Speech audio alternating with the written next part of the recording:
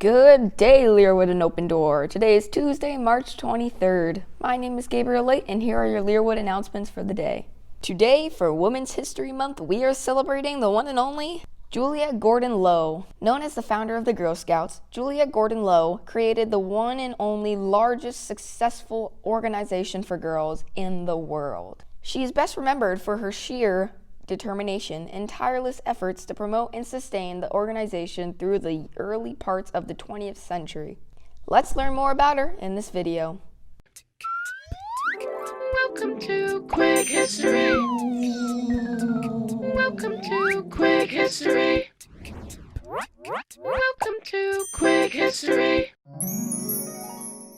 Welcome to Quick History.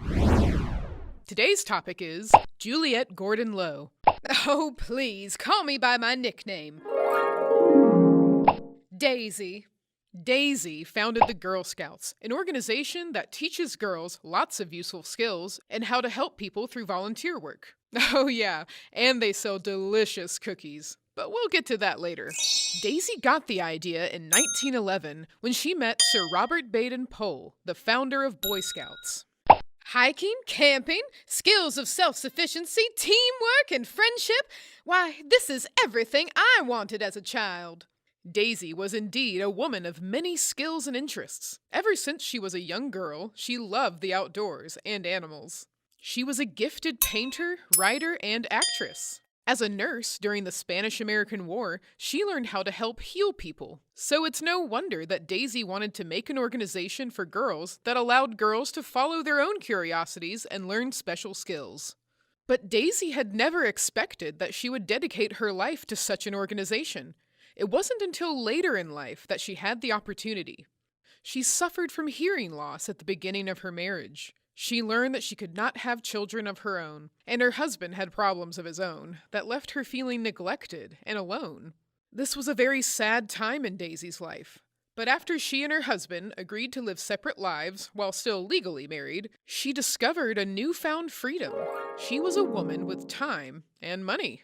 She used that time and money to travel the world, volunteer to help the poor, take lessons in art, and she even learned how to blacksmith. It was during this time that she discovered Boy Scouts and learned about a sister organization called Girl Guides. She took this idea back to her home in Savannah and started the American Girl Guides. She led her first troop of 18 girls, playing sports like basketball, learning military drills, nursing skills, camping and hiking, and more. It wasn't very long until her troop thought they deserved the title of Girl Scouts. Daisy agreed, and in 1913 the Girl Scouts of the USA was created, to the dismay of some. Girls can't be scouts. We'll show you. The Girl Scouts grew rapidly over the years, especially as they gained recognition for their volunteer work during World War I. Thank goodness for Girl Scouts.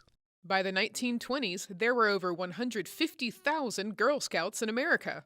Daisy would continue to spread the love of scouting all over the country, even as she became ill with breast cancer in 1926. She died at her home in Savannah, where she had started Girl Scouts. Hundreds of Girl Scouts attended her funeral. She was buried in her uniform with a note from her scouts that read, "You were the first Girl Scout and the best Girl Scout."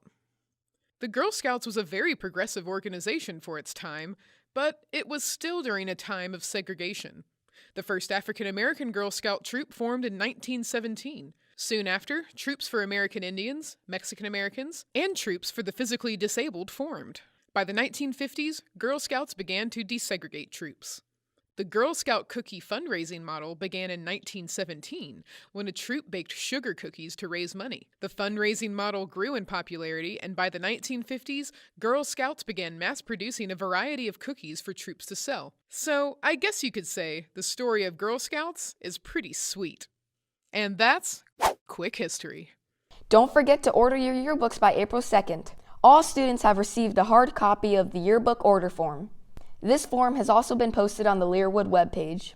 Attention storytellers and creative writers. The Learwood Creative Writing Club will meet Thursday, March 25th after school in room 205 with Mr. Ferrari. 2021 Safety Town Aid volunteer applications for 13 through 16-year-olds are now available in the office. Volunteering is a great way to give back to your community and fulfill service hour requirements for your school organizations. Congratulations to the following homerooms for advancing to the semifinals of March Madness. In 8th grade, we got Mrs. Swislocki and Mrs. Wells' homerooms. And then in 7th grade, we got Mr. Rocco and Mrs. Walters' homerooms. Now all we need to see is who will make the most free throws. Here's what you can expect for lunch this week.